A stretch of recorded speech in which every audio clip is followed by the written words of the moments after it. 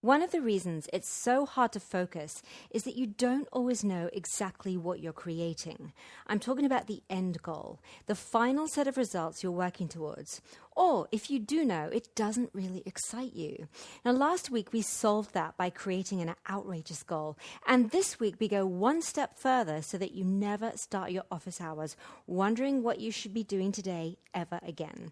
Today, I share with you my formula for deciding your core priority focus right now so that you can get exactly where you want to go. So let's get started. You are listening to the Thriving Empire Podcast, a show designed exclusively to help you avoid working 24/7, to help you eliminate overwhelm, and help you live your ultimate life while you figure out how to make money from your ideas. This show should be your number one resource for no-brainer strategies, tactics, and tips for launching your ideas with more ease, vision, and freedom so that you can change the world drama-free. I'm your host, Stephanie Holland, strategist, traveler, and coconut macaroon addict. Welcome to Season 2, Kickstart Your Mini Empire so that you can create the life you really want. So let's get started. Well, hello. So I've switched my podcast recording days to Sunday. So I've actually just finished a lazy hammock session reading Osho, his book, Living on Your Own Terms, What is Real Rebellion? And I realized that when I first started reading Osho, I think it was his book on creativity, and then I pretty much read Courage. I read them back to back. I was still figuring out at that point what that might look like and feel like for me, living on your own terms.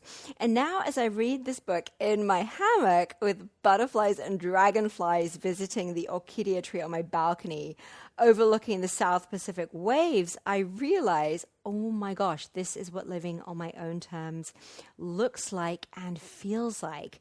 It has nothing to do with money, which is a huge lesson that took me years and years to learn. And it has everything to do with figuring out what makes you truly happy moment to moment. And for me, even the dragonfly is a huge part of that. It's such a cool realization. So what are we talking about this week? Well, last week we talked about why an outrageous goal catapults you so much further than a mediocre one and actually tricks your brain into achieving your business vision with a lot less resistance and a lot less drama. So this week, actually also the episode worksheet walked you through how to do that as well by articulating your vision, mission, and legacy statement, which actually I find to be a really powerful way to keep you centered and focused on the end result. So go back to that episode 47, if you haven't listened to it yet, because actually in this episode, we're talking about how to take that focus one step further so you can start bringing it into your day-to-day. Literally every time you crack open your laptop, you know exactly what you're doing. So today you're going to choose your core focus project, your core priority focus, which is actually quite a tough thing to do, right? Choosing your core priority focus. Because we live in such an exciting age. There are so many new ideas springing up every single day, new tools, new systems, new training, yada, yada, yada, new platforms, new opportunities present themselves all the time. And in business, of course, there's no end to what we could be doing, creating, making, and selling. In short, though, it's really easy to get distracted and end up off track, off target, and feeling lackluster about our achievements. Because when we focus on a lot of things at the same time, what we're doing at the same time is achieving a lot of incompletes. And if you're anything like me, oh my gosh, that drives me absolutely insane. We tend, in this case, to start things while others are unfinished. And worse, we're trying to do so much. And we personally are spread so thin. Energetically, but also literally task-wise, like trying to build a following across multiple social media platforms instead of just one, and so spread so thin that our outputs become actually quite mediocre, and then our message and offer just kind of disappears amongst the madding crowd, because of our own mediocrity. But here's the truth. If we focus on the one most important thing that we want to create right now, the one thing that is the immediate next step to achieving our goals, then we can achieve all our goals with a lot more ease, joy, and success, and actually remove the hustle from our experience and startup vocabulary forever, which has been one of my goals for a really long time. Because when I first started, it was a hustle. And then I realized the hustle doesn't make me happy. It doesn't feel good. I really have a problem with hustle. The word and the concept and how it's thrown about in business circles is kind of ridiculous. It's just BS. It implies no pain, no gain, but really it's rubbish. Let's enjoy instead the process of launching our ideas into the world. Let's enjoy our time while we're doing it, our life, and create the space in our lives to feel nourished, inspired, and empowered. Let's pretty much thrive on all levels while we launch our ideas. That is what my whole business is about. Now, the simplest way to do that with your business is to decide on your core priority focus right now.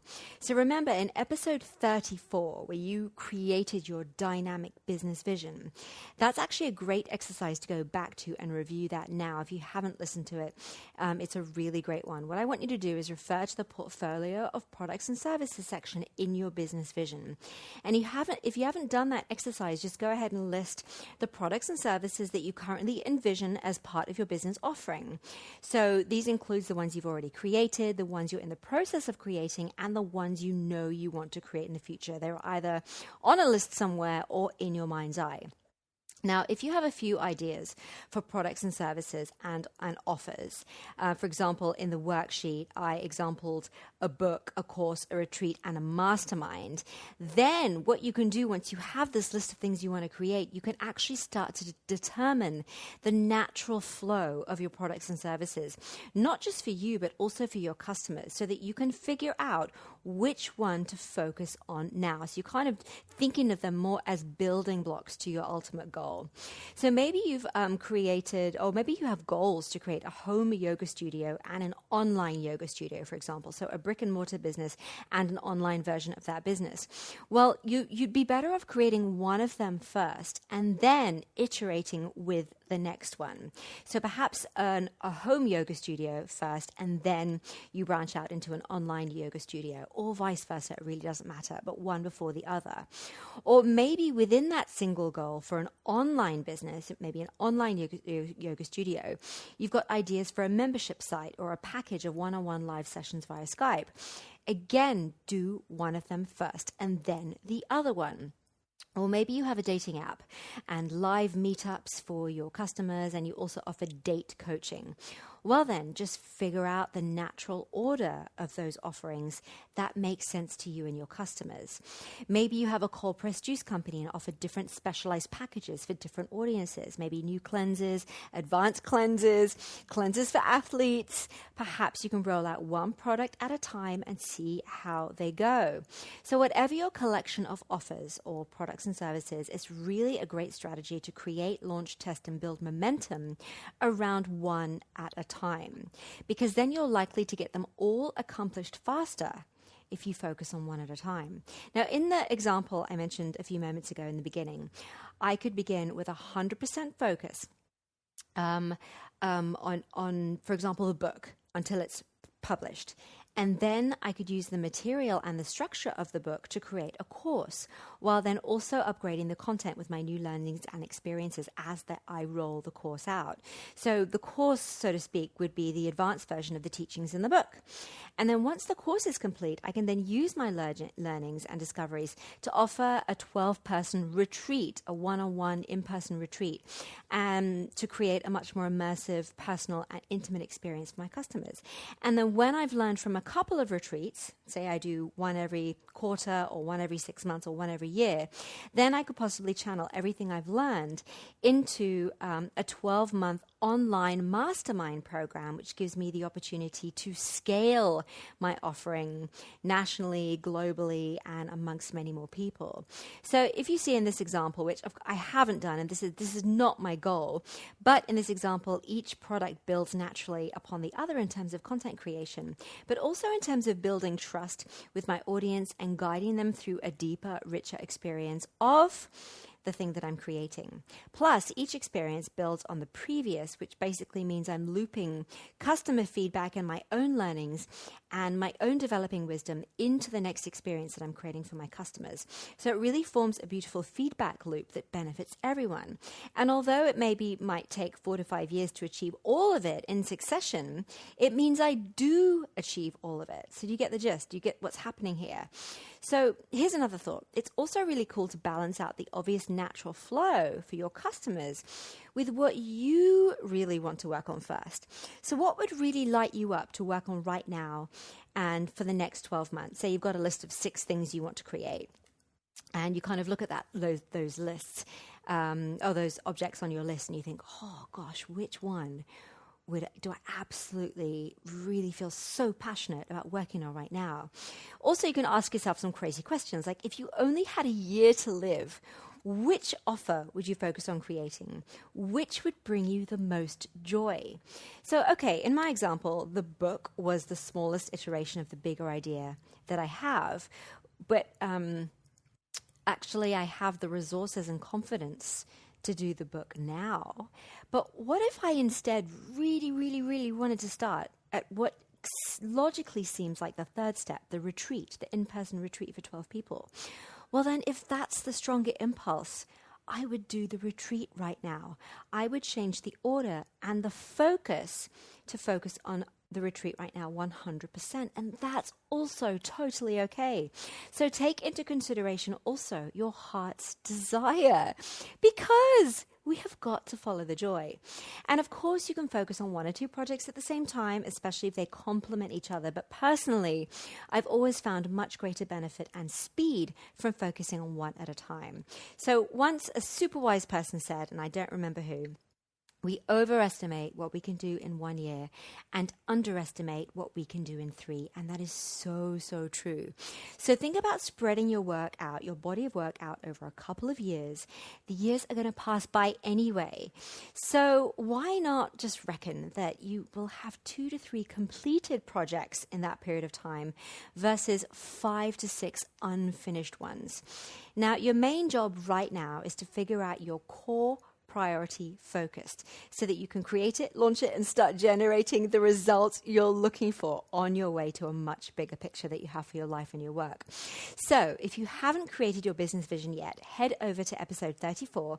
And then if you have the podcast study pack, crack open worksheet 4.2, where I'll walk you through an exercise to help you decide on your core priority focus right now.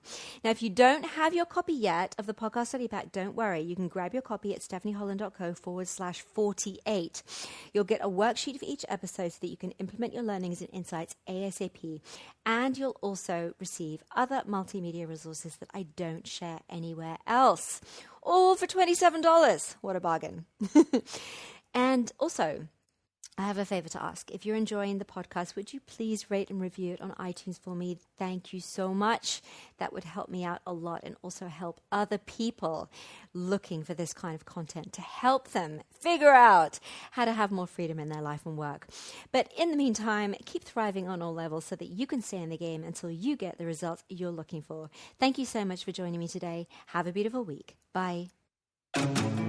Thank you for listening to this episode of Thriving Empire Podcast. I really appreciate you being here. Now, if you're not subscribed already, be sure to do that right now. Head over to stephanieholland.co and sign up right on the page so you never miss an episode. You'll also get my latest strategic worksheet for maximizing your personal freedom while you launch your ideas. And if you enjoyed this episode a lot, I would love it so much if you would do me a quick favor and rate and review the podcast. This will help me get the podcast discovered by more solopreneurs so that I can help them minimize the pain, drama, and burnout of launching their ideas too. Just search for Thriving Empire on your favorite podcast platform, subscribe, and review. Thank you so much. So you have a beautiful week, and I'll see you next time on Thriving Empire.